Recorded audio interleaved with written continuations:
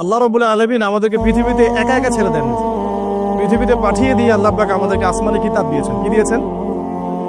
প্রত্যেক যুগে যুগে আসমানি কিতাব এসেছে, তাওরাত, জাবুর, ইনজিল, কোরআন এসেছে। আগেকার আসমানি কিতাবগুলো কি এখন চলবে না চলবে না? আগেকার আসমানি কিতাবগুলো কি এখন চলবে না চলবে? যখন থেকে নবী মুহাম্মদ সাল্লাল্লাহু আলাইহি ওয়াসাল্লাম নবী হয়েছেন এবং তার উপরে কোরআন নাজিল হয়েছে, এখান থেকে নিয়ে কিয়ামত পর্যন্ত অন্য কোনো আসমানি কিতাব কেউ মানলে কি চলবে না চলবে না? এই বিষয়ে নবী সাল্লাল্লাহু আলাইহি ওয়াসাল্লামের একটা হাদিস বলি, তারপর সামনে যাই। একদিন নবী সাল্লাল্লাহু আলাইহি ওয়াসাল্লামের সামনে ওমর রাদিয়াল্লাহু আনহু বসে আছেন। কে বসে আছেন? ওমর রাদিয়াল্লাহু আনহুর নাম তো জানেন, ইসলামের দ্বিতীয় খলিফা। নবীজিকে বলছেন যে তাওরাতে কিছু সুন্দর কথা আছে ইয়া রাসূলুল্লাহ।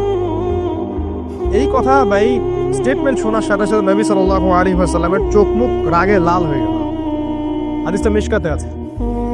রাগে লাল হয়ে নবী সাল্লাল্লাহু আলাইহি ওয়াসাল্লাম বলছেন যে ইয়া ওমর, হে ওমর, তুমি আমার সামনে তাওরাত পড়ছো?